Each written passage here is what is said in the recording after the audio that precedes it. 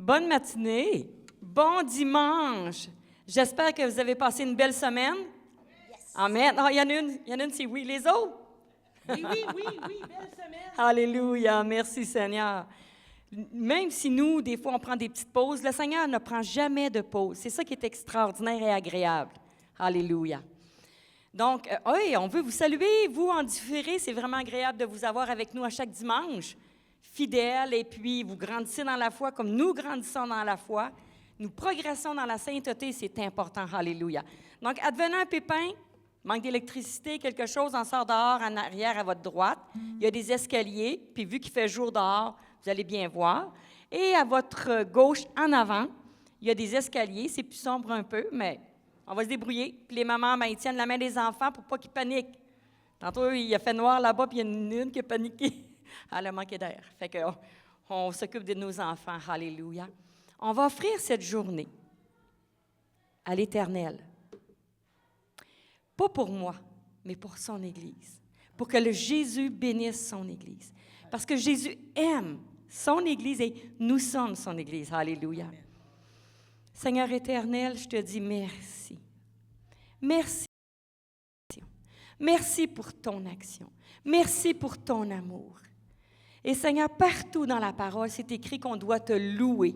On doit ouvrir nos oreilles spirituelles afin d'entendre ce que nous devons faire pour te plaire. Ta volonté, ô Dieu, et non la nôtre. C'est pourquoi ce matin, on ose venir à l'Église.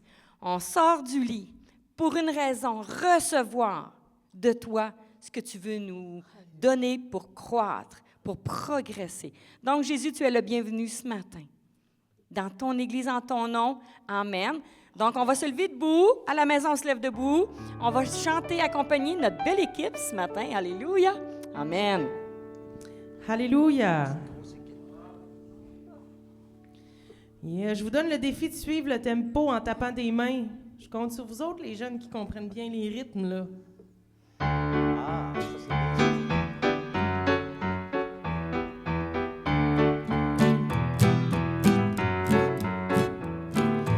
Béni soit le pas de ceux qui parlent de celui qui les a sauvés. Béni soit le pas de ceux qui parlent de celui qui les a sauvés. Il est le roi des rois, il est le roi des rois, le Seigneur des seigneurs, le Seigneur des seigneurs. Il n'est pas d'autre nom sur terre et dans les cieux que le nom de Jésus, Fils de Dieu. Jésus, Fils de Dieu.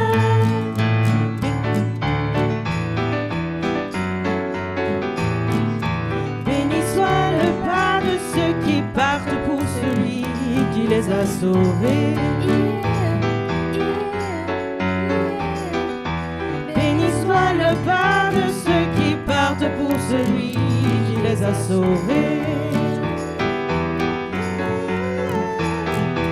Il est le roi des rois,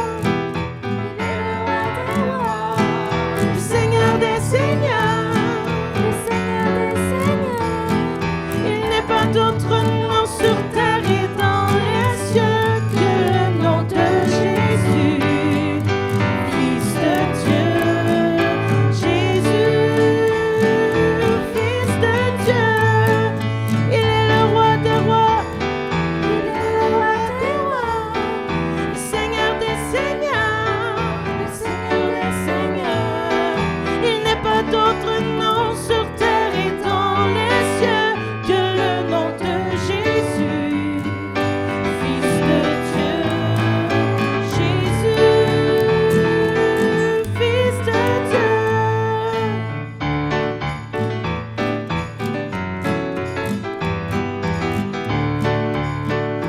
Béni soit le pas, oh, béni soit le pas de ceux qui parlent de celui qui les a sauvés.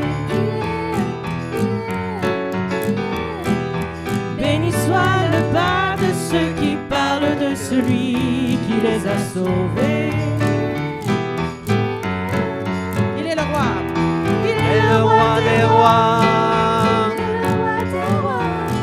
le Seigneur des seigneurs. Le Seigneur des seigneurs. Il n'est pas d'autre nom sur terre et Dans les cieux, que le Jésus, nom de Jésus. Jésus, Fils de Dieu. Jésus, Fils de Dieu. Jésus, Fils de Dieu.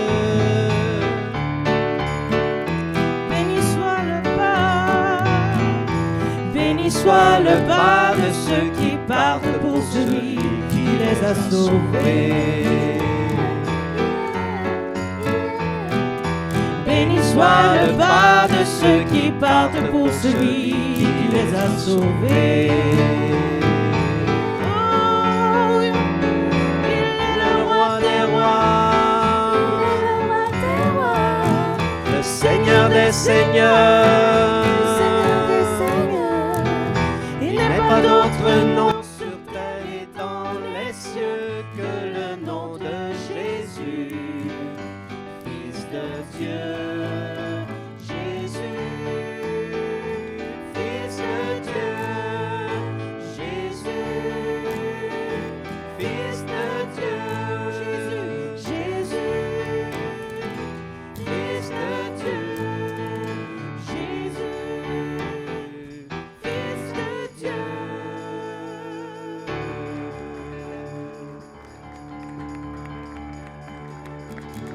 Alléluia,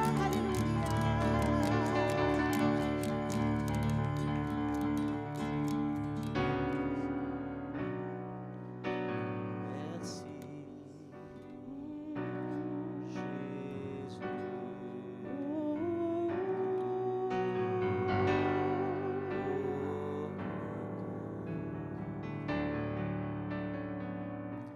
Tu es précieux pour moi, rien ne se compare à toi. Oh, je t'aime de tout mon cœur, Jésus.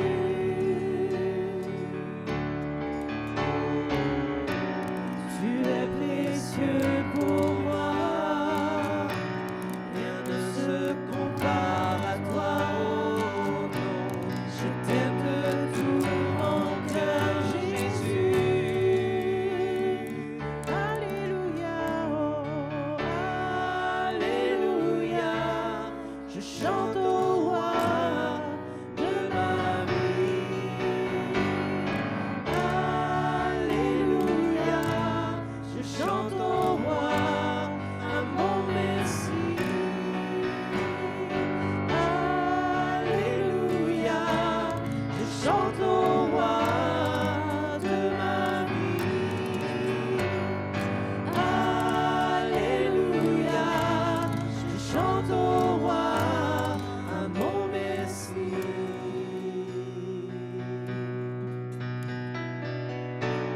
Tu es précieux pour moi, rien ne se compare à toi, oh non, je t'aime de tout mon cœur, Jésus. Tu es précieux. Tu es précieux pour moi, oui, rien ne se compare à toi, oh non, je t'aime de tout mon cœur, Jésus.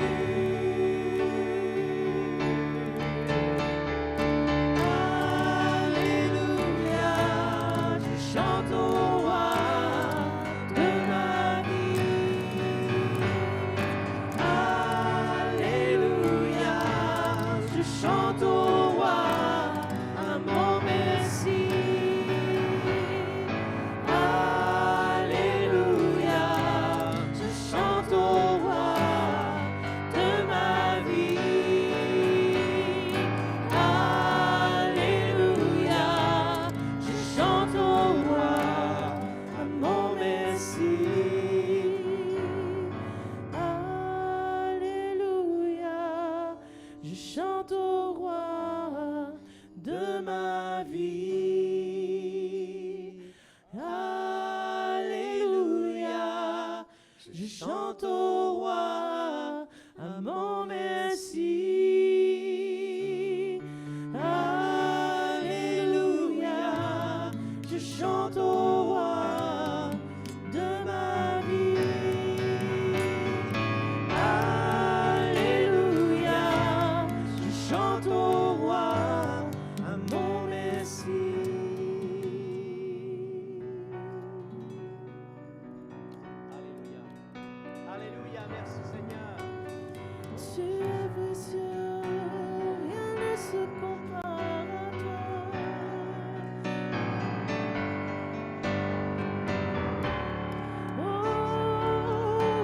je chante au roi de ma vie. Rien ne se compare à toi. Je t'aime de tout mon cœur, Jésus. Tu es précieux, tu es précieux pour moi. Rien ne se compare à toi. Je t'aime de tout mon cœur, Jésus. Alléluia, Alléluia. Je chante au roi de ma vie. Alléluia, je chante au roi un mon merci. Alléluia, Alléluia, je chante au roi de ma vie. Alléluia, je chante au roi mon merci. Alléluia, je chante au roi de ma vie.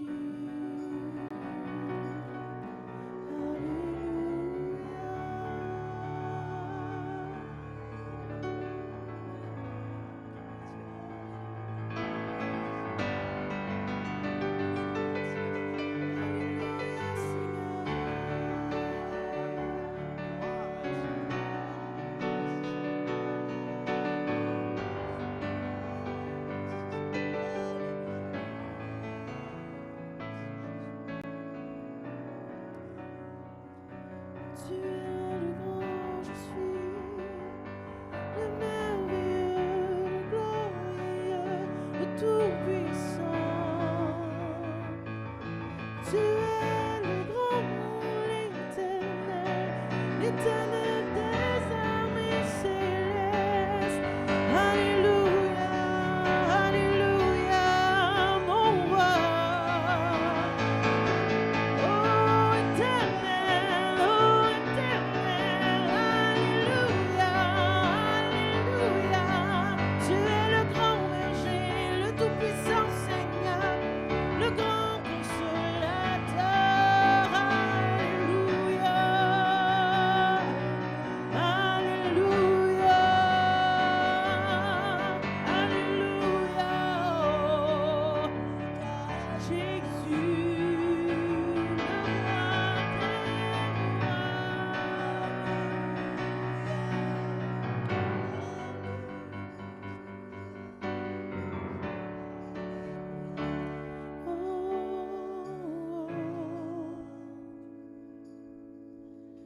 Dieu admirable, inébranlable, ton nom surpasse toute puissance.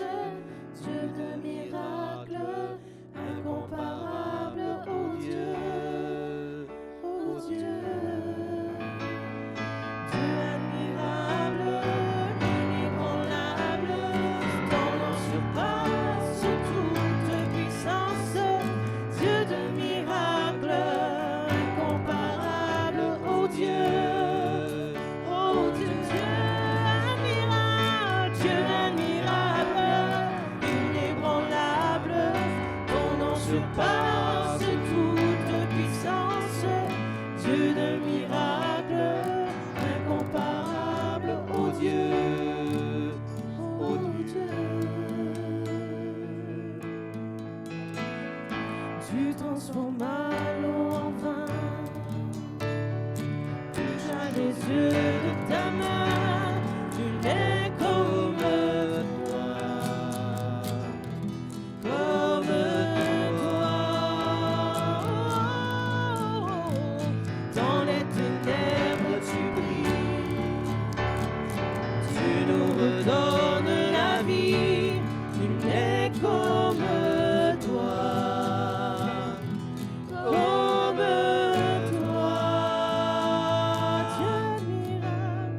Dieu admirable, inébranlable, ton nom surpasse toute puissance. Dieu Dieu de miracles, incomparable, oh Dieu, oh Dieu. Tu transformas L'eau en vin, toucha les yeux toucha les yeux de ta main, nul n'est comme toi, comme toi. dans nos Ténèbres, tu brilles, tu nous redonnes la vie, nul n'est comme toi, comme toi. Dieu admirable, inébranlable, ton nom surpasse toute puissance. Dieu de miracles, incomparable, oh Dieu, oh Dieu.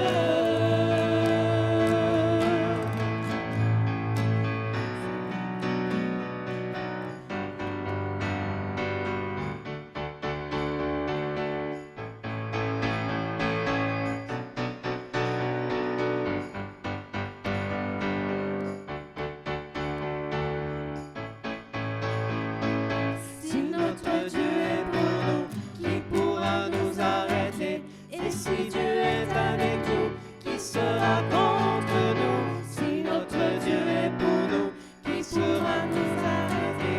Et si Dieu est avec nous, qui sera contre nous? Qui sera contre nous? Qui sera contre nous? Qui sera contre nous?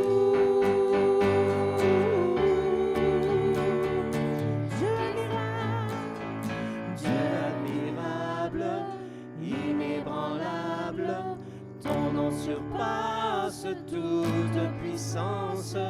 Dieu de miracles, incomparable, oh Dieu, oh Dieu. Dieu de miracles, inébranlable, ton nom surpasse toute puissance. Dieu de miracles, incomparable, oh Dieu, oh Dieu.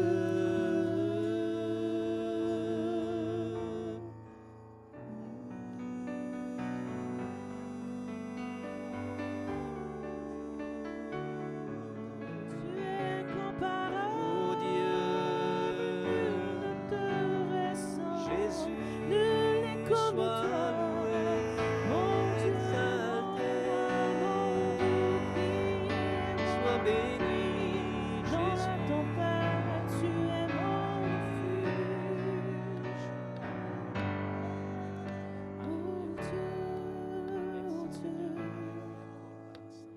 Dieu admirable, Inébranlable, ton nom surpasse toute puissance.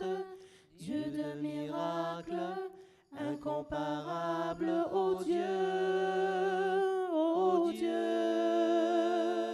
Dieu admirable, inébranlable, ton nom surpasse toute puissance. Dieu de miracles, incomparable, oh Dieu, oh Dieu. Alléluia. Alléluia. Merci Seigneur Jésus, sois béni. Dieu du ciel et de la Gloire à ton terre. Saint-Nom. Gloire. Gloire à ton Saint-Nom, mon roi. Gloire à toi, Seigneur. Alléluia.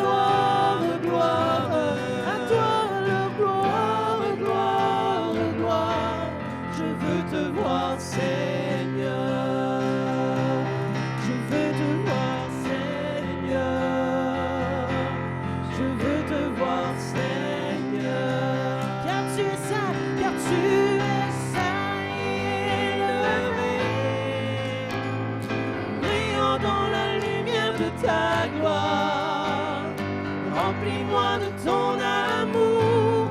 Je chante gloire, gloire, gloire, car tu es saint et élevé,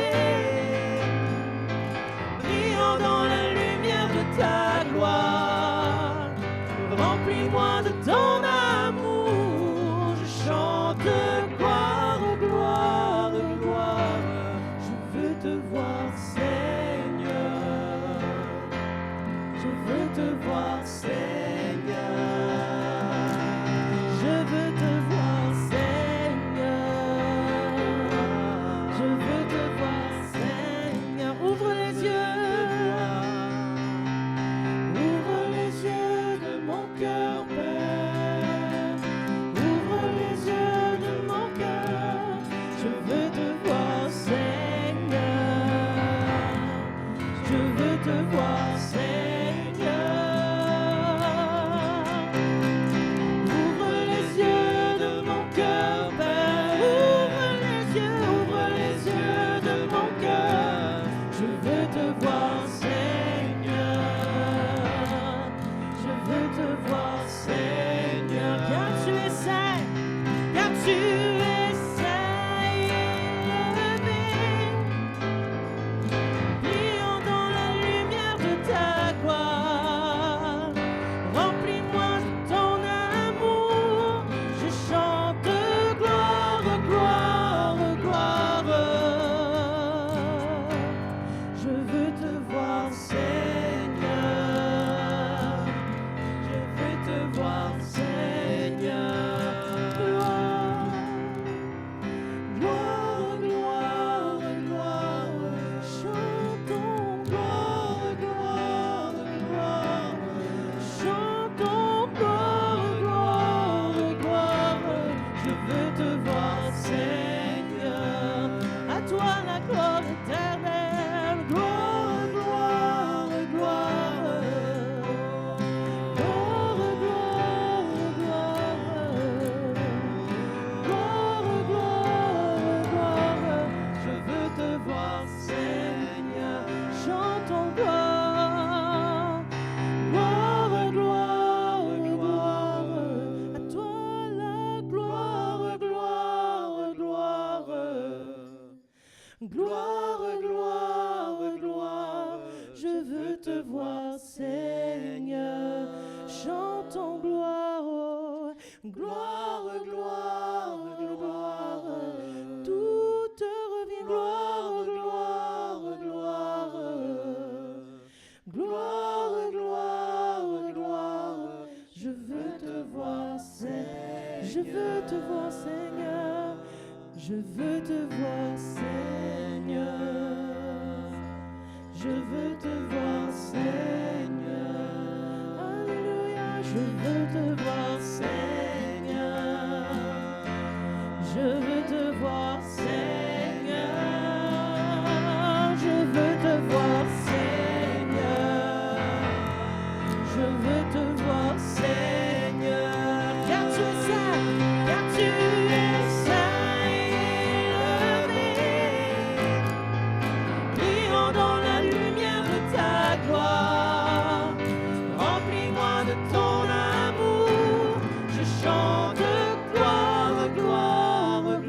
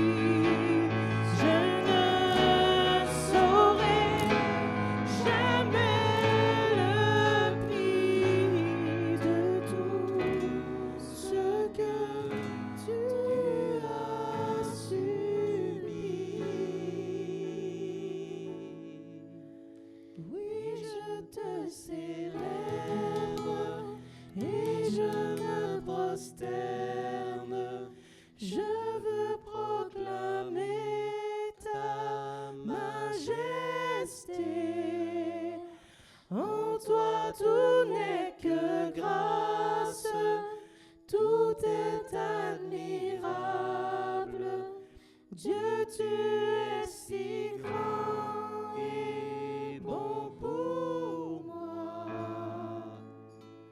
Oui, je te célèbre. Alléluia. Merci Seigneur Jésus. Merci Seigneur pour ton amour. Merci pour tout ce que tu as subi pour nous. Nous nous préparons maintenant à prendre le repas du Seigneur. Si quelqu'un à la maison veut participer, il n'y a pas de souci. Simplement préparer un peu de vin, un peu de pain, et vous allez pouvoir communier avec nous. La Bible comporte un avertissement qu'il faut prendre au sérieux. Lorsque nous prenons le pain et le vin, il faut discerner dans le pain. Le corps de Christ est extrêmement symbolique. Ça a une grande portée par rapport à l'Église, par rapport au corps de Christ. Et discerner dans le vin son sang, parce que c'est ça qui vient sceller la nouvelle alliance qu'il a inaugurée à la croix. L'Évangile nous rapporte comme ceci le dernier repas que Jésus a pris avec ses disciples. Pendant qu'il mangeait, Jésus prit du pain et prononça la prière de bénédiction. Puis il le rompit et le donna aux disciples en disant « Prenez, mangez, ceci est mon corps. » Il prit ensuite une coupe et remercia Dieu.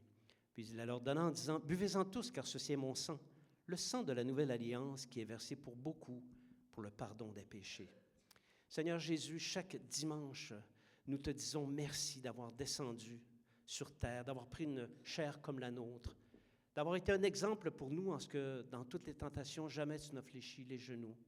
Tu t'es même livré, Seigneur, à la mort de la croix, après avoir subi le rejet, le mépris, les injures, le fouet, la couronne d'épines, après avoir subi les coups, les clous dans tes mains, les clous dans tes pieds, après avoir souffert, Seigneur, tu as pris ton sang, tu as traversé les lieux célestes et tu as aspergé le propitiatoire dans le temple en haut dans le ciel, afin d'accomplir pour nous l'expiation de nos péchés.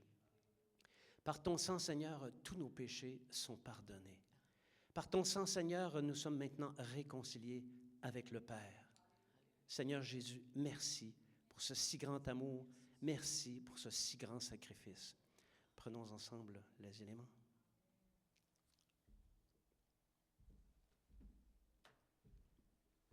Alléluia.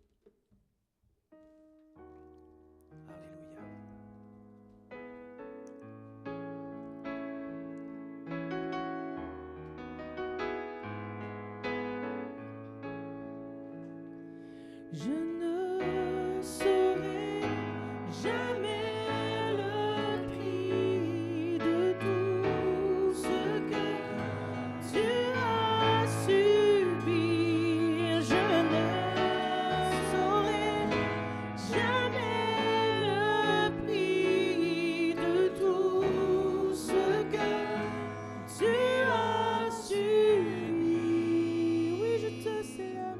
Oui, je te célèbre et je me prosterne. Je veux proclamer ta majesté.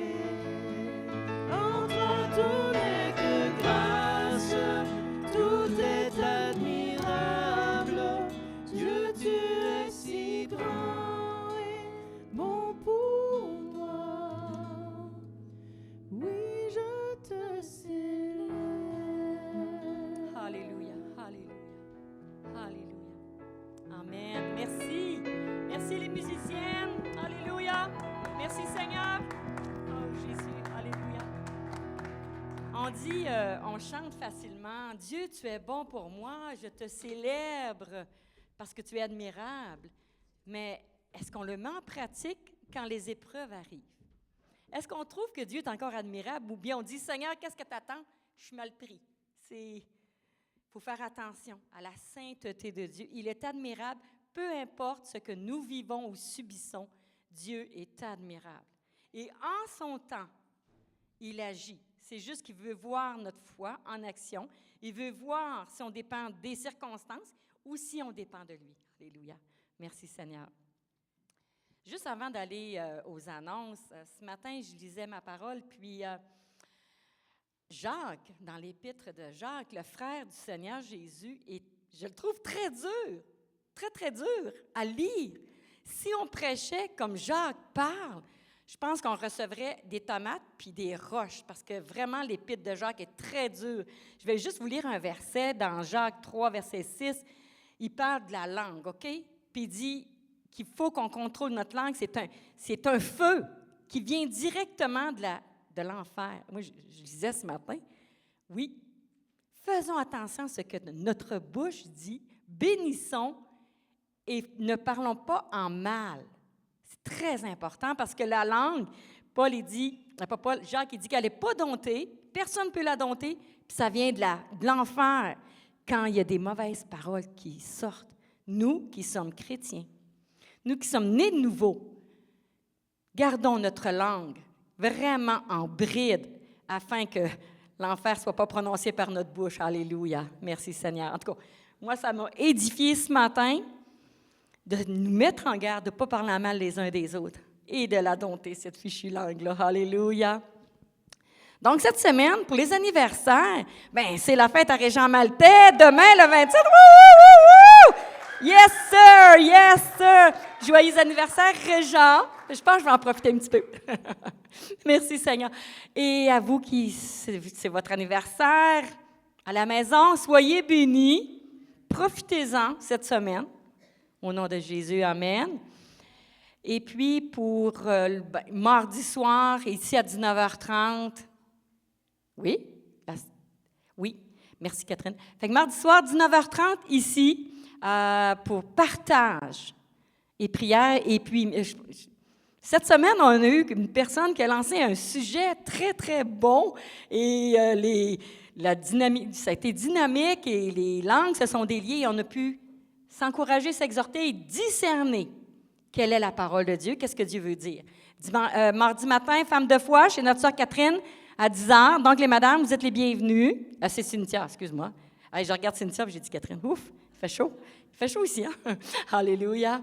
Et puis, Zoom avec Eddie les mercredis matins, les requêtes de prière appelées Jennifer. Donc, oui, les Genevièves. Vous allez voir passer les annonces, c'est vendredi soir, jeunesse éveillère, Geneviève, 19h30. Soyez présents. Alléluia. Vous êtes toutes visées. Merci, Jésus.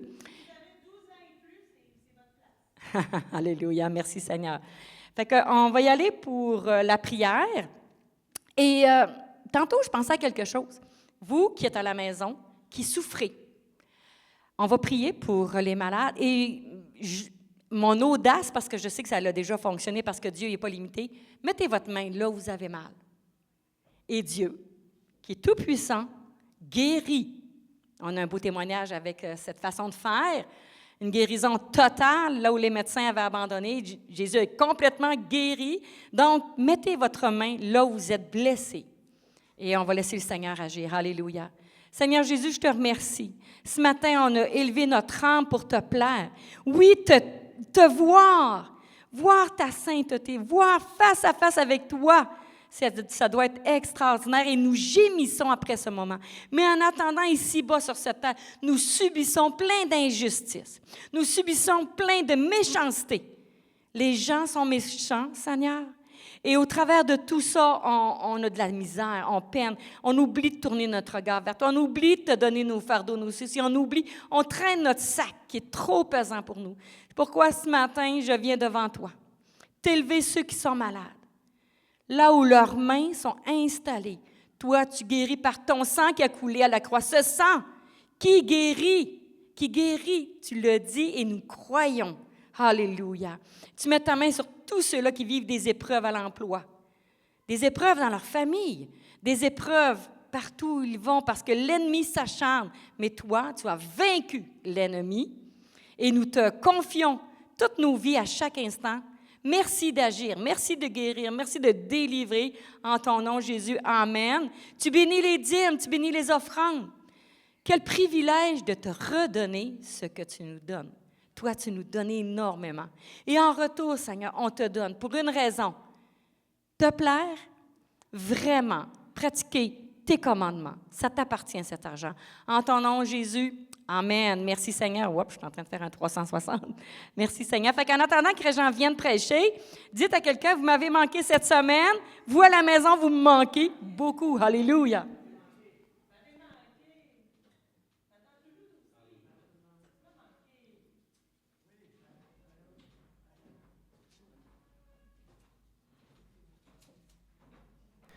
Alléluia. Dieu est bon? En tout temps. Hey, mais les parents, écoutez, j'ai quelque chose à vous dire, les parents. On a un groupe de jeunesse maintenant.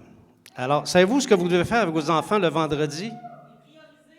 Oui, envoyez vos enfants à la jeunesse. Parce que souvent, le problème le vendredi, c'est qu'il y a la tentation de sortir. Tu sais, la semaine a été dure, les études ont été longues, les enfants ont étudié très fort, ils ont travaillé très fort. Puis le vendredi, ils veulent sortir. Or, un chrétien ne va pas dans les discothèques. Nous avons une opportunité d'avoir une réunion pour les jeunes. Donc, parents, s'il vous plaît, faites-en un rendez-vous, je dirais, obligatoire dans le calendrier de vos jeunes. Et sachez une chose, c'est très formateur. Les groupes de jeunesse, on apprend énormément de choses qui concernent le Seigneur Jésus, qui concernent la foi, qui concernent la parole. C'est la place de vos jeunes de vendredi soir avec Jennifer. Alléluia. Jennifer qui va chercher l'inspiration du Seigneur dans les enseignements qu'elle donne, dans les choses les activités qu'elle livre. Merci Seigneur. On est bénis. Alléluia. Le titre du message ce matin, c'est « Le Dieu qui guérit ». En fait, je n'ai pas pu tout mettre dans un message, donc on l'appelle « Le Dieu qui guérit » partie 1. C'est là où le Seigneur a conduit mes méditations cette semaine et je voudrais vous en faire part. Mais avant de vous en faire part, on va demander au Seigneur de nous conduire par son Saint-Esprit. Amen. Seigneur, nous sommes soumis à toi, nous sommes ici, Seigneur, et on est ici pour te célébrer, t'adorer parce que tu en es digne. Ton grand nom est saint et sacré et il est digne qu'on puisse se réunir pour le célébrer. Maintenant, Seigneur, nous voulons méditer ta parole. On te prie de prendre nos cœurs, d'insérer cette parole à l'intérieur de nos cœurs afin qu'elle nous transforme. Puisse ta parole nous transformer, Seigneur. S'il y a quelque fardeau que ce soit, nous le prenons, nous le déposons sur tes épaules afin d'être parfaitement attentifs à ton Saint-Esprit. Au nom de Jésus, nous prions. Amen. Alléluia. Est-ce qu'on se souvient un petit peu du message qu'on a eu la semaine passée? Vous savez, c'est un défi de se souvenir du message de la semaine précédente. On est béni, on dit Alléluia, gloire à Dieu, parce que c'était vraiment un bon message, mais souvent on oublie qu'est-ce qu'il y avait comme contenu. Hein? Mais je suis convaincu que vous n'avez pas oublié qu'il fallait couvrir les péchés. Hein? Je suis convaincu que vous n'avez pas oublié ça. On a médité sur l'importance de connaître la nature de notre salut. Nous étions pécheurs, pas pécheurs. On était pécheurs, mais Christ, au temps favorable, nous a sauvés. Tu étais perdu et maintenant tu es sauvé. Et par le mécanisme du salut, Jésus a couvert la multitude des péchés qui étaient les tiens, qui étaient les nôtres. Et la vertu de son sang même couvre les péchés qui nous arrivent encore de faire. Ça arrive encore. J'ose croire que vous péchez moins qu'avant votre conversion. Si vous ne péchez pas moins qu'avant votre conversion, vous n'êtes pas à 180, ce n'est pas une conversion. Mais si vous arrivez encore de pécher, le sang de Jésus a la vertu de pouvoir couvrir vos péchés.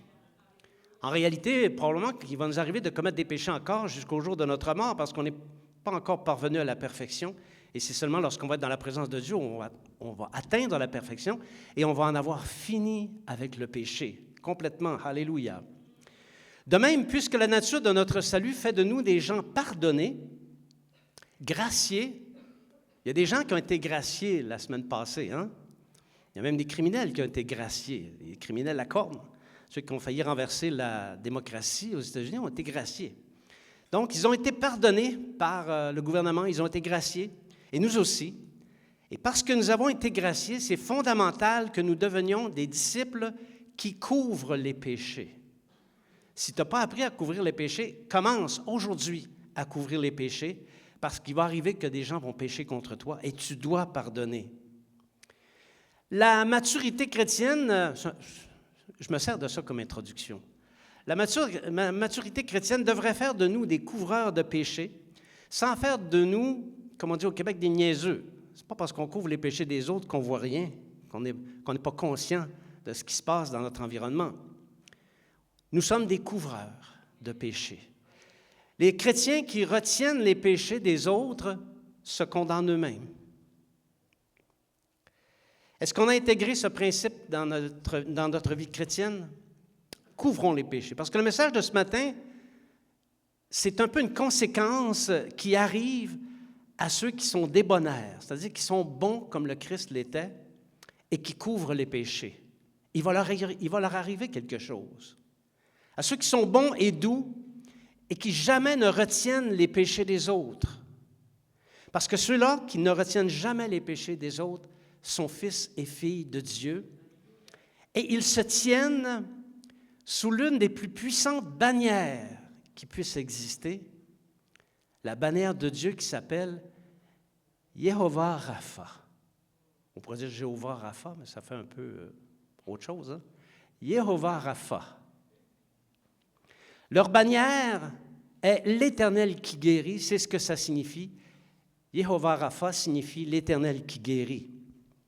Les hommes de notre génération trouvent toutes sortes d'astuces pour prévenir la maladie. On ne veut pas tomber malade. Et développent toutes sortes d'astuces pour guérir de leur maladie lorsqu'ils sont malades. Ils veulent demeurer en santé. C'est normal. Je pense qu'on veut tous ça. Hein? Or, la parole de Dieu, tenez-vous bien, contient le médicament le plus puissant qui existe pour prévenir les maladies et la guérir. Vous ne me croyez pas? Et en plus, ce médicament ne coûte rien. Pas besoin de passer ça sur les assurances si on en a. Gratos. Exode, chapitre 15, verset 26.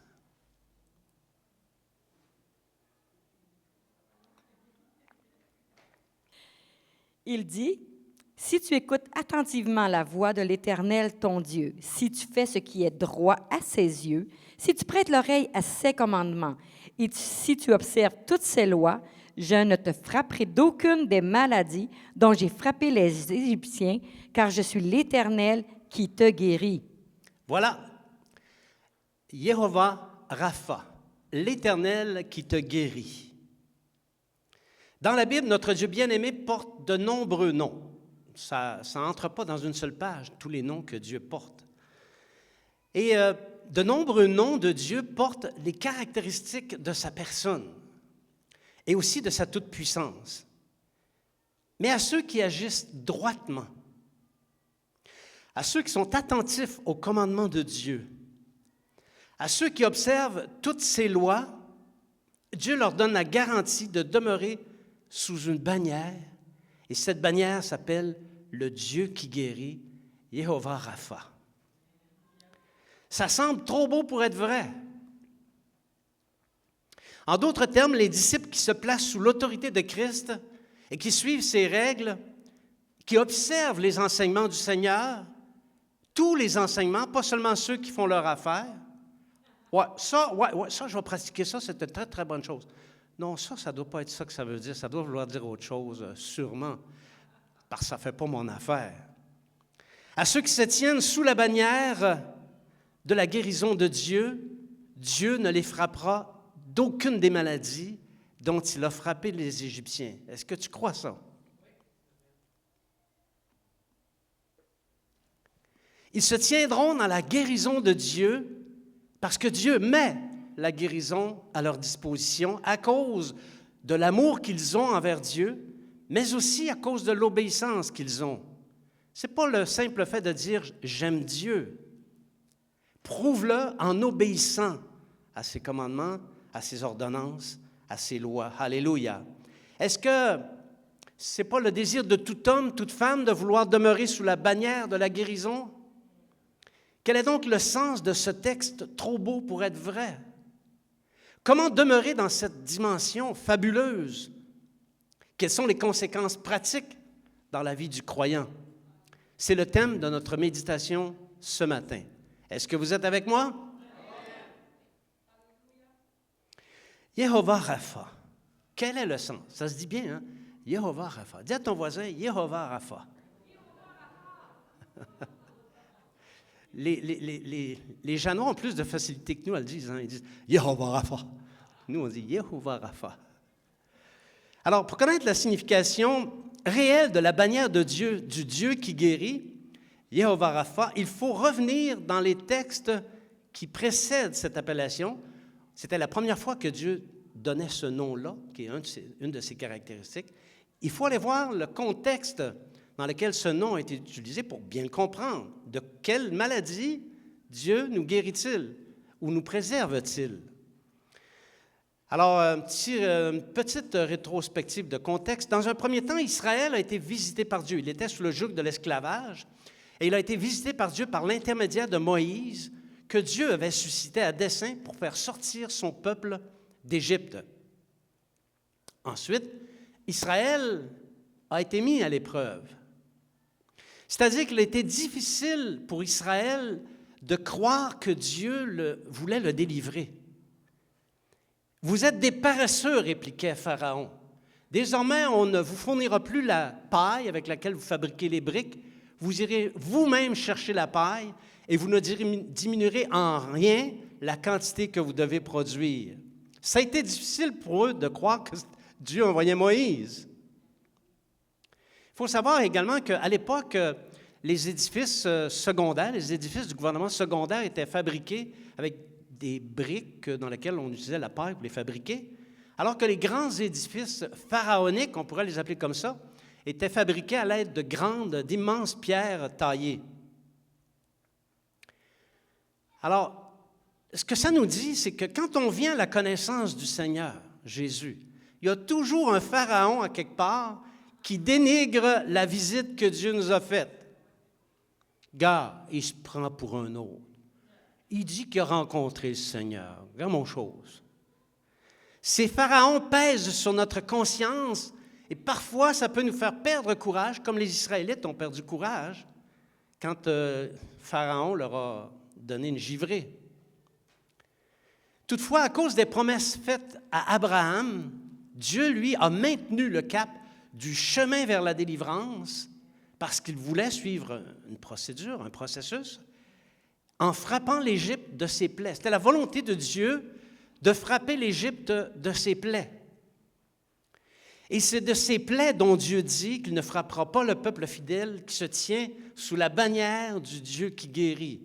C'est premièrement de ça dont on est gardé. Alors, il faut regarder du côté des plaies pour connaître de quoi il est question. De quoi notre police d'assurance nous garde-t-elle? Parlons un peu des 10 plaies. Quand on dit à quelqu'un « t'es une vraie plaie d'Égypte », ce n'est pas un compliment, hein, vous savez ça. C'est parce qu'il est vraiment tannant, on aimerait ça s'en débarrasser. Dieu a frappé les Égyptiens qui dépérissaient parce que les plaies faisaient dépérir le peuple d'Égypte sous les malheurs avec lesquels Dieu les accablait. Voici les malheurs qui ont frappé les Égyptiens. Vous allez voir, il n'y en a aucun qui est banal. L'eau changée en sang. Tu sais, quand tu te coupes, le sang coule. Premièrement, c'est très salissant, c'est gommant. C'est tannant du sang. Toutes les eaux d'Égypte se sont transformées en sang. C'était le bonheur des vampires.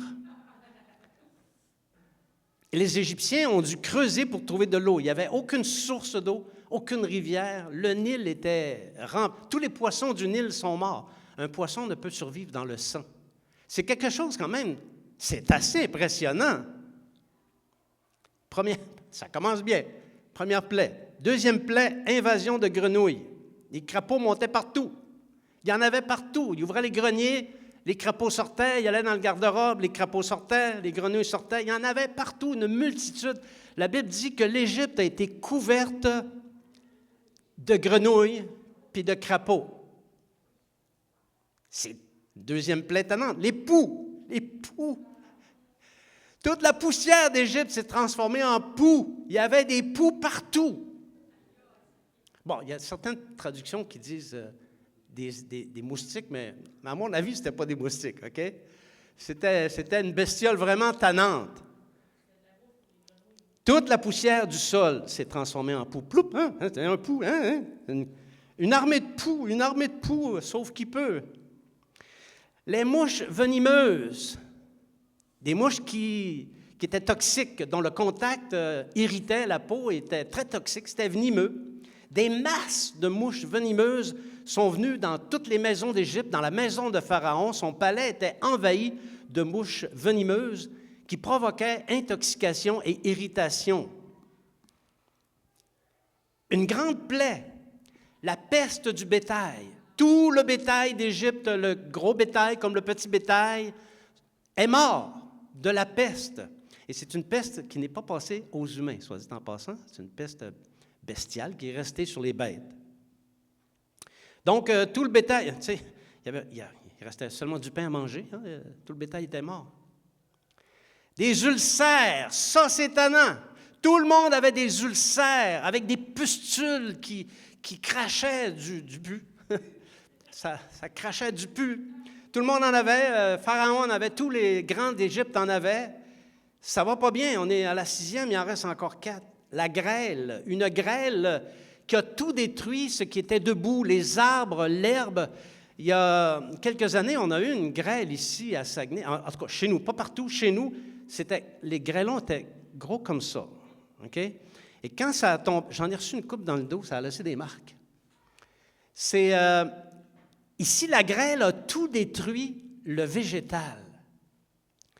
Ensuite, les criquets sont venus en Égypte et ils ont envahi le pays et ils ont complètement mangé tout ce qui était vert, les fruits, tout a été bouffé. L'Égypte était à sec. Il ne restait plus grand-chose en Égypte. Ensuite, il n'y avait plus rien à détruire. Donc Dieu a dit, je vais envoyer les ténèbres. Une ténèbre d'une noirceur infinie. On ne pouvait même pas se déplacer tellement il faisait noir. Ce sont des ténèbres qui ont duré 3 jours de temps. C'est pas plaisant, ça non plus, les ténèbres. Et finalement, la dernière plaie, la mort de tous les premiers-nés. Tous ceux qui sont nés en premier, autant chez les humains que chez les animaux, sont morts. La Bible dit qu'il n'y a aucune maison dans laquelle il n'y avait pas au moins un mort. Il pouvait y en avoir 2, voire 3 des morts. Et ce n'est qu'au bout de ces plaies d'agonie que Pharaon, ça y a pris du temps à comprendre. Seigneur, ne nous rends pas têtus comme Pharaon avant qu'on comprenne. Ce n'est qu'au terme de ces plaies que Pharaon a laissé partir le peuple de Dieu, qui, lui, se tenait sous la bannière de la guérison de Dieu, parce qu'il y a seulement 3 plaies qui l'ont atteint. À partir de la 4e plaie, le pays de Goshen a été gardé, préservé. Donc, le peuple n'a pas goûté aux dernières plaies, aux 7 dernières plaies. Il se tenait sous la bannière de la guérison de Dieu. Donc, les plaies sont des maladies auxquelles Dieu fait référence dans ce passage. Et quand il dit « Je ne te frapperai d'aucune des maladies dont j'ai frappé les Égyptiens, car je suis l'Éternel qui te guérit, Yehovah Rapha », il parle de ces 10 plaies. Maintenant, qu'est-ce qu'il faut comprendre? Je suis content que vous posiez la question. J'avais préparé quelque chose qui allait justement dans ce sens-là. Alors, voici ce qu'il faut comprendre. Les maladies dont Dieu a frappé les Égyptiens peuvent se trouver dans 2 catégories. Donc, il y a les maladies au sens propre, où vraiment les gens étaient malades. Tu sais, quand tu as un ulcère d'en face qui pullule, normalement, on voit que tu es malade, hein? Tu as une maladie. Et il y avait aussi... Donc, les trois maladies au sens propre, c'était la peste, les ulcères et la mort. Et les malheurs qui causent des affections pour la santé, c'était la 2e catégorie. Il y avait 7 malheurs qui provoquaient des affections à la santé. C'était les eaux infectées. Effectivement, quand tu bois des eaux infectées, normalement, tu sais, ça peut arriver que tu sois malade. Les invasions de différents types, les grenouilles, les poux, les mouches venimeuses, les criquets. Puis, les autres affections pour la santé, la grêle et les ténèbres. Alors voilà les maladies et les malheurs dont sont gardés ceux qui se tiennent sous la bannière du Dieu qui guérit. Or, Dieu a opéré ces miracles pour juger les dieux d'Égypte. Ce n'était pas seulement pour libérer Israël. Il voulait aussi juger l'idolâtrie crasse des Égyptiens. Et il en a profité pour juger les dieux d'Égypte. Il voulait aussi montrer à son peuple, de même qu'à toutes les générations qui suivraient, sa puissance et son pouvoir sur les maladies. Par voie de conséquence, si Dieu a la puissance sur les 10 plaies d'Égypte, il est juste de dire et de conclure que Dieu a le pouvoir sur toute maladie. S'il a opéré ces choses pour les 10 plaies, il peut l'opérer pour toutes les maladies. D'ailleurs, ça serait un peu irrespectueux envers Dieu et envers sa puissance que de dire que ce ne sont que les 10 plaies qui sont concernées par la bannière du Dieu qui guérit. Si Dieu avait affligé l'Égypte de toutes les maladies, c'est un peu plus que 10 plaies qu'il y aurait eu. Donc, si tu demeures sous la bannière du Dieu qui guérit, tu seras gardé des maladies qui ont frappé les Égyptiens et aussi des malheurs qui l'ont ruiné. Dieu va te garder de ces choses-là si tu te tiens sous la bannière. Tu vas être gardé de bien des maladies. J'ai été gardé de bien des maladies. Et si la maladie te frappe, l'Éternel va te guérir. C'est ça qui doit être dit et c'est ça qui doit être enseigné parce que c'est ça la vérité. Vous êtes avec moi? Comment demeurer sous la bannière du Dieu qui guérit? C'est une belle bannière. Partout autour de nous, il y a des gens, parfois qui sont spécialistes, d'autres fois qui ne le sont pas, qui nous donnent toutes sortes de recettes pour guérir et prévenir la maladie. Vous savez, c'est plutôt rare que je vais écouter de quoi il est question dans la recette. Hein?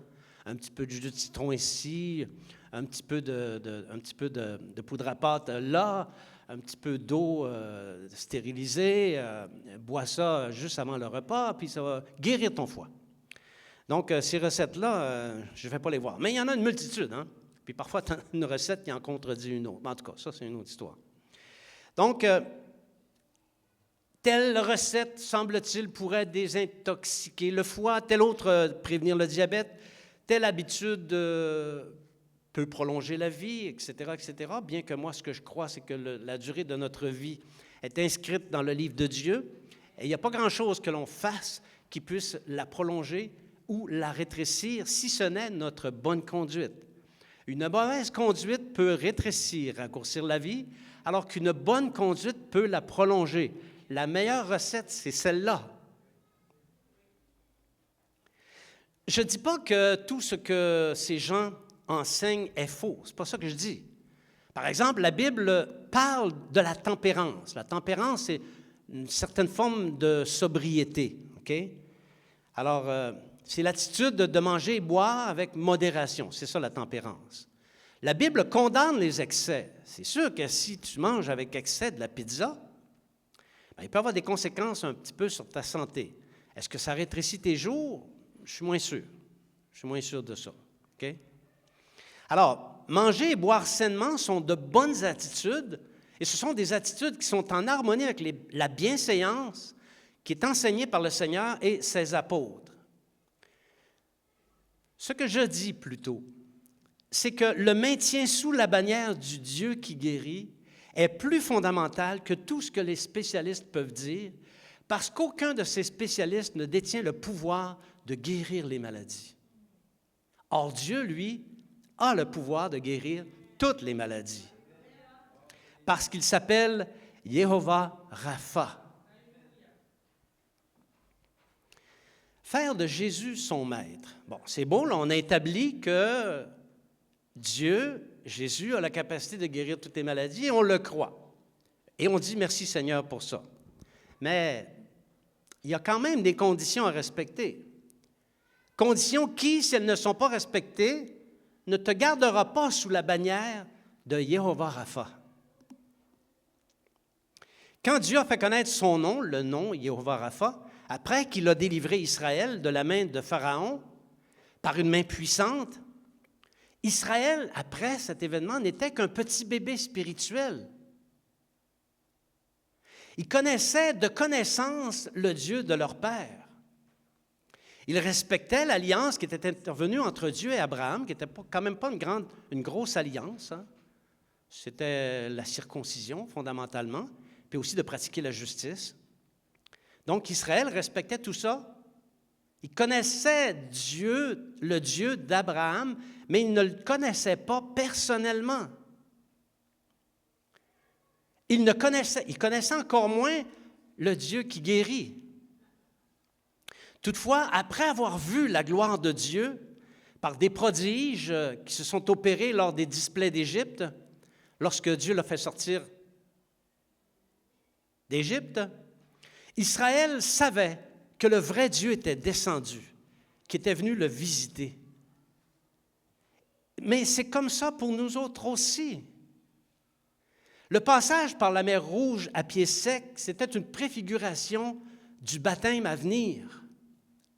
Avant notre conversion, on avait entendu parler de Dieu. Certains croient qu'ils connaissaient Dieu, mais ils ne le connaissaient pas vraiment. Mais on en avait entendu parler, on connaissait l'histoire de Jésus, mais on ne connaissait pas Dieu et on ne connaissait pas Jésus personnellement. Il n'était pas encore descendu vers nous. C'était une connaissance intellectuelle qu'on avait.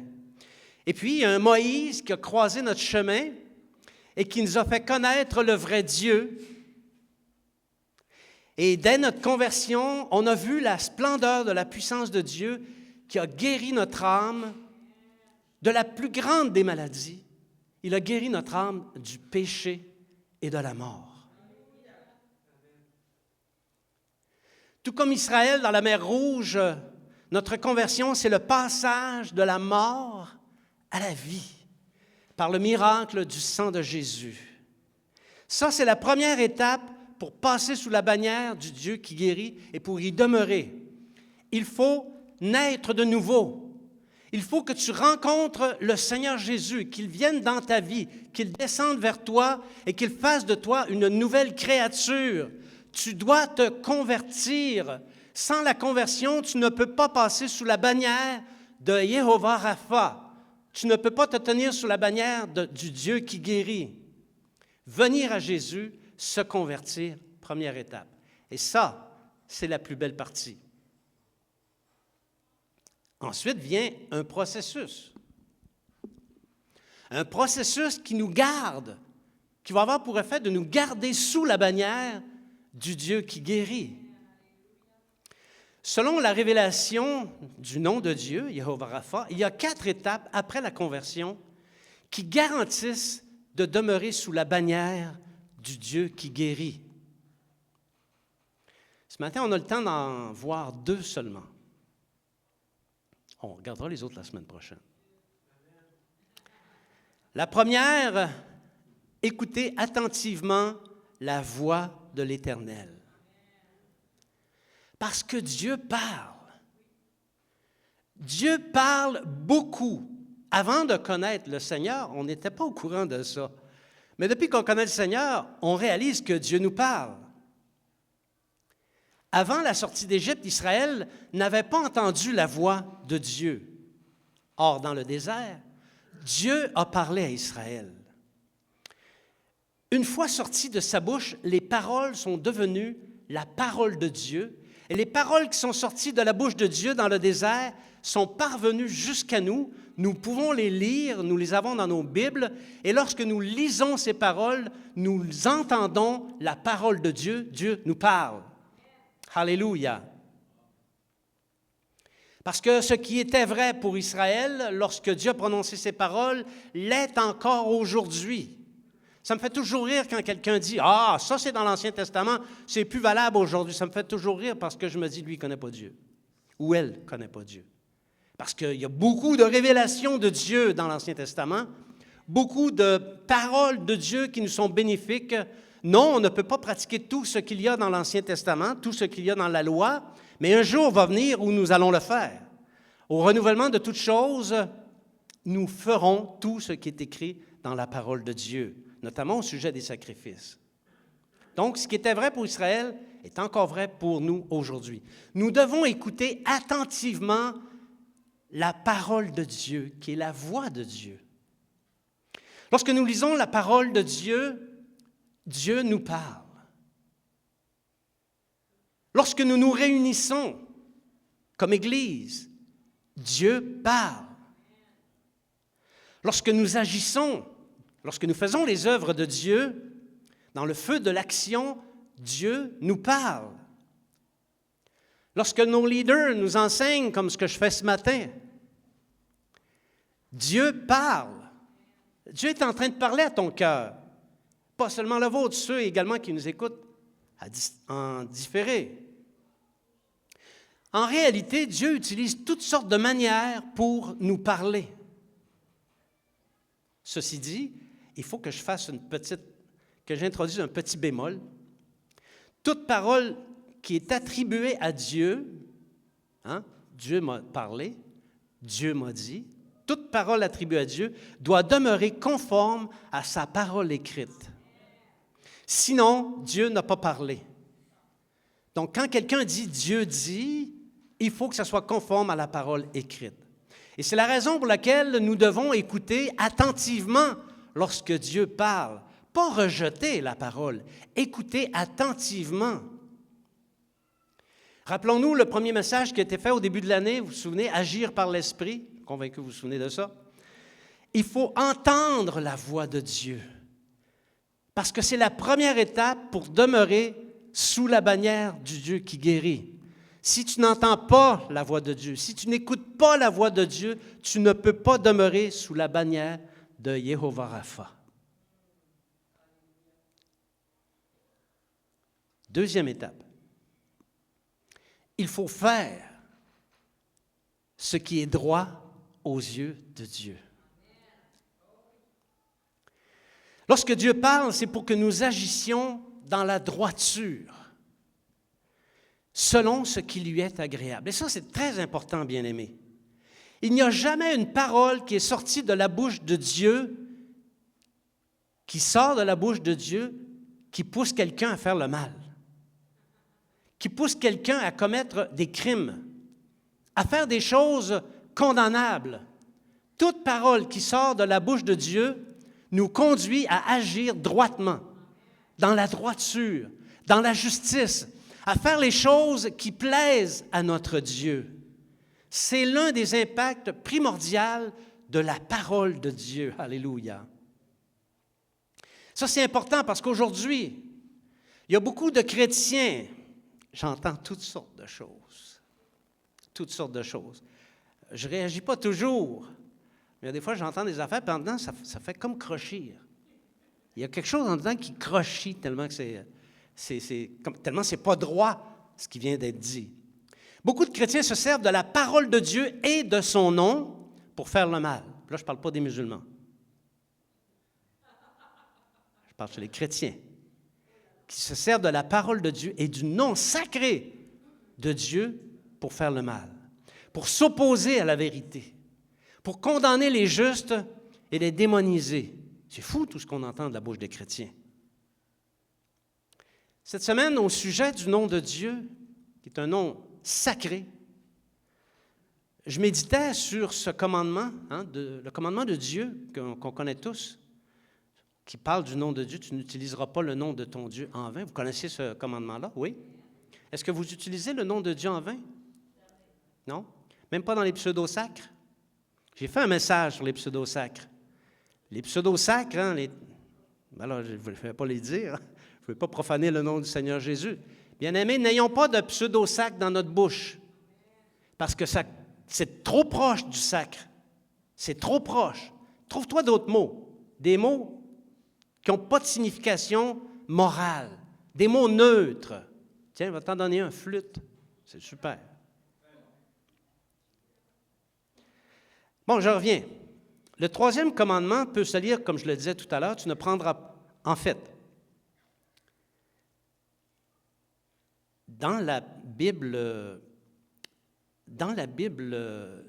Nouvelle Bible Seconde, le commandement n'est pas rendu comme ceci. Ça ne dit pas « Tu n'utiliseras point le nom de ton Dieu en vain ». Ça dit plutôt « Tu ne prendras point le nom de ton Dieu en vain ». En fait, c'est ça. C'est la version usuelle. Mais la Nouvelle Bible Seconde le rend un petit peu différemment. Ce n'est pas que ça change le sens, mais ça nous fait réfléchir sur la portée du commandement. On comprend que ce commandement-là pourrait faire notamment de ne pas mettre le nom de Dieu à toutes les sauces. Donc, la Nouvelle Bible Seconde le rend comme ceci: « Tu n'invoqueras pas le nom de ton Dieu pour tromper. Le Seigneur ne tiendra pas pour innocent celui qui invoquera son nom pour tromper. » Et je trouve qu'il y a une belle dimension dans cette manière de le rendre. J'ai été voir les commentaires, et dans les commentaires, les auteurs disent ceci: On a généralement compris cette expression comme désignant en particulier le faux serment. Et c'est vrai, c'est pas mal comme ça qu'on l'a toujours vu. Mais elle a pu avoir une portée plus large. L'interprétation peut donner une portée plus large. À partir d'une époque difficile à préciser, ce commandement a été dans le judaïsme comme une interdiction quasi totale de prononcer le nom Yahweh. Et c'est tellement interdit qu'aujourd'hui, on ne sait plus, en ayant extrait les voyelles du tétragramme, les 4 consonnes, on ne sait plus si ça doit se dire Yahweh ou Yehovah. On ne le sait plus. Alors, pour eux, c'était une interdiction totale et ils ont remplacé le nom Yahweh pour être sûr de ne pas offenser les 10 commandements par le nom Seigneur ou Adonai. Okay? On voit ce nom-là souvent, Adonai, lorsqu'ils font les lectures de la Bible dans la synagogue. Alors, j'ai trouvé ça intéressant parce que ce soit utiliser le nom de Dieu à tout vent ou de l'utiliser pour tromper, dans un cas comme dans l'autre, il s'agit d'une transgression de l'un des 10 commandements de Dieu. On ne doit pas faire du nom de Dieu un usage profane et encore moins pour commettre le mal. Revenons donc à l'essentiel de ce point. Faire ce qui est droit aux yeux. Est-ce que vous avez aimé cette petite digression? Oui? Bon, faire ce qui est droit aux yeux. J'en ai parlé beaucoup, j'en parle souvent dans mes messages. Je parle de la droiture, de l'importance d'être des chrétiens qui marchent dans la droiture et dans l'intégrité de cœur, mais pas la droiture qu'on pense, pas la droiture telle que moi je l'envisage, mais bien celle que la voix de Dieu décrit. Ce sont les descriptions de la droiture que Dieu nous donne qui devraient nous intéresser et non pas celles que je pense. Et souvent, la voix de Dieu qui nous incite à marcher dans la droiture va être en opposition avec la voix du monde et souvent en opposition avec les gens qui nous entourent et souvent en opposition avec nos frères et nos sœurs. Mieux vaut faire ce qui est droit selon ce qui est écrit dans la parole de Dieu que faire ce qui est droit selon un tel ou une telle. Dieu nous enseigne constamment à faire ce qui est droit à ses yeux.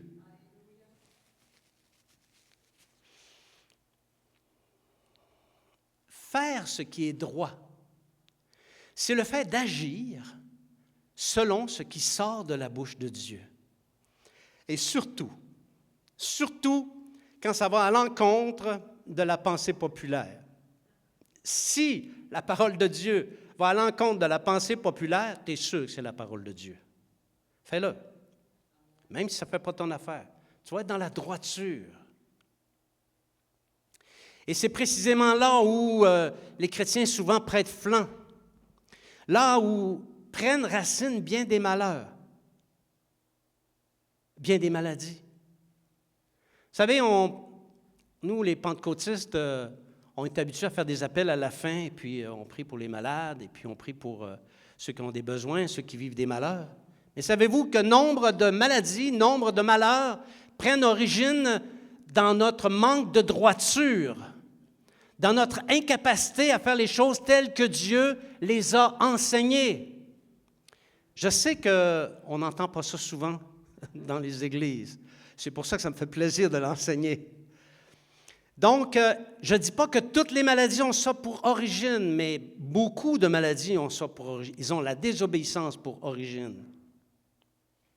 Si on n'agit pas entièrement selon la voie de l'Éternel, dans ce qu'il établit comme étant droit, on fait un grand espace et on donne une grande invitation à la maladie et au malheur. Quand on ne marche pas selon la droiture telle que Dieu le voit, c'est comme si on envoyait une carte d'invitation à la maladie et au malheur. Venez, petit malheur. Venez, petite maladie. Nous prêtons flanc. Trop souvent, on prête flanc. Dans le processus que l'on médite présentement, il y a 4 étapes. Et chacune des étapes conditionne le bénéfice qu'on peut avoir à se tenir sous la bannière du Dieu qui guérit. Il y a 4 si. Je ne sais pas.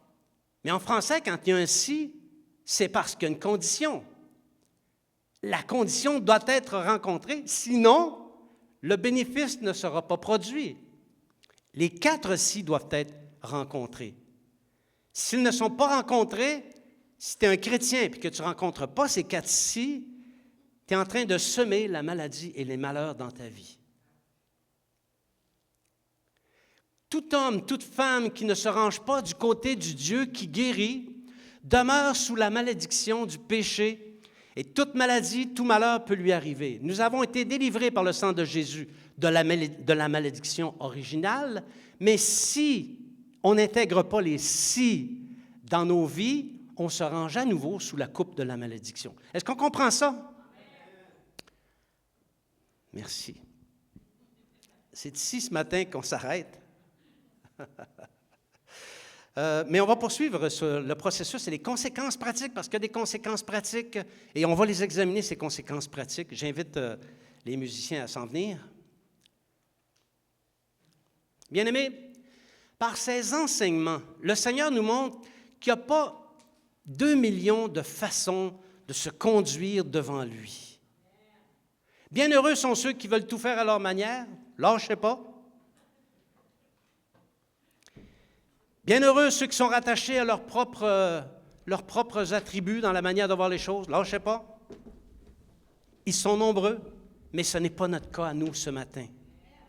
Parce que nous, ce matin, ce qui nous intéresse, c'est la bannière de la guérison. Alléluia. Pour en être les bénéficiaires, il faut lui appartenir en propre, bien important. Il faut qu'on soit fils et filles de Dieu. Il faut avoir fait la paix avec lui par le moyen de son Fils bien-aimé. Et ensuite, il faut écouter sa voix attentivement et marcher dans la droiture telle que lui l'entend. Et quand nous faisons ça, bien-aimés, nous plaisons à Dieu. Et il prend plaisir à nous bénir, à nous garder dans la santé et à nous garder de tous les malheurs. Entendons les voix de Dieu. La voix de Dieu, pardon. Marchons avec lui main dans la main et jouissons pleinement de sa guérison. Amen. Amen. Je vous invite à vous lever ce matin. Oh.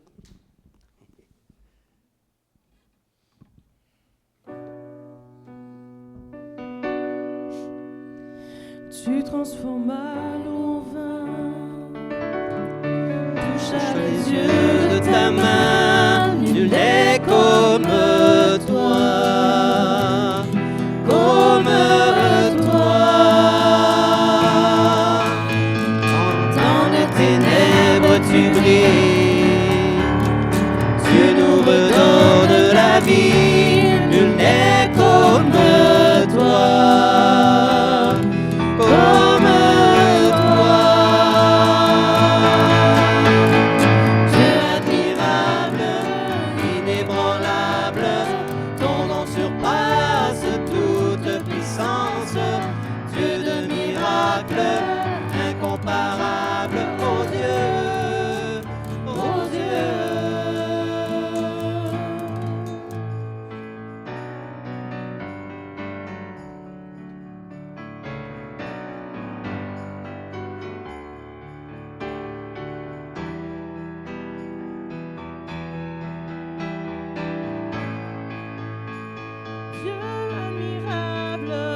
Dieu admirable, inébranlable, ton nom surpasse toute puissance, Dieu de miracles, incomparable, oh Dieu, oh Dieu. Si notre Dieu est pour nous, qui pourra nous arrêter? Et si Dieu est avec nous, qui sera contre nous? Si notre Dieu est pour nous, qui pourra nous arrêter? Et si Dieu est avec nous, qui sera contre nous? Qui sera contre nous? Qui sera contre nous?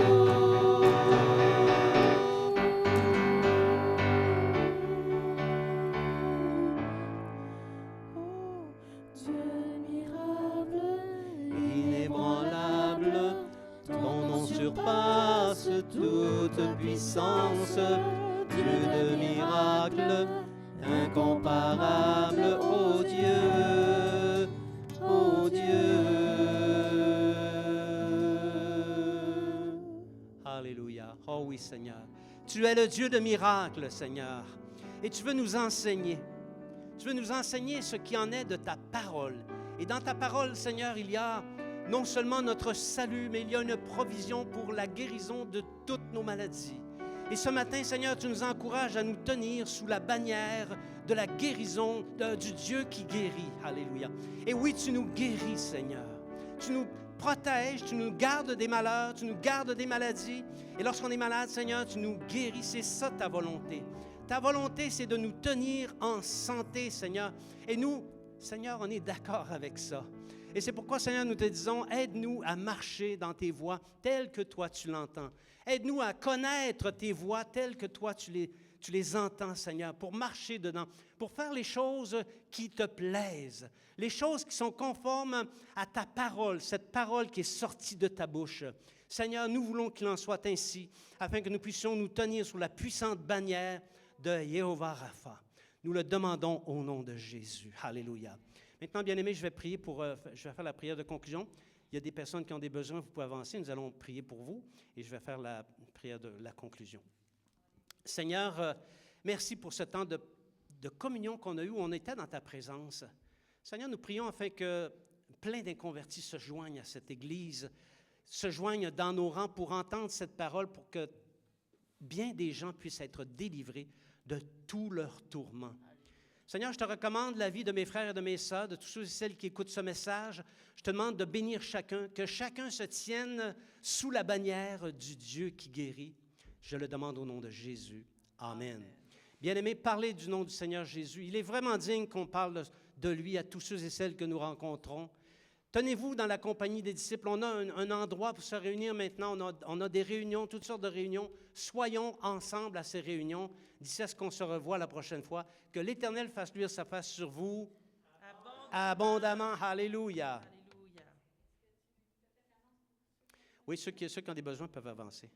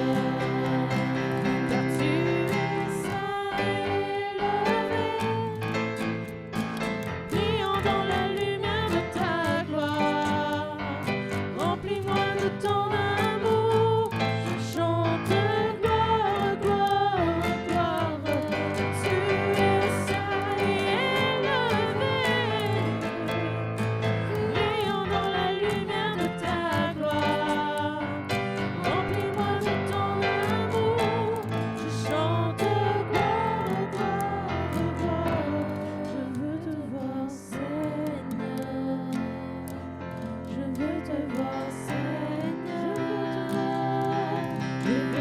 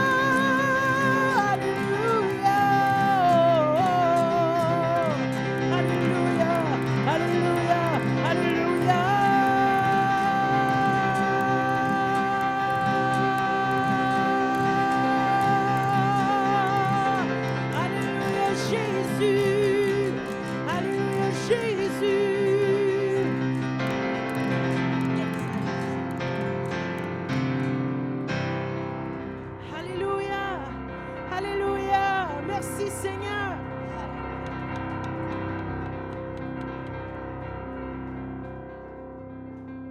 Que le Seigneur vous bénisse abondamment. Bonne semaine. Alléluia.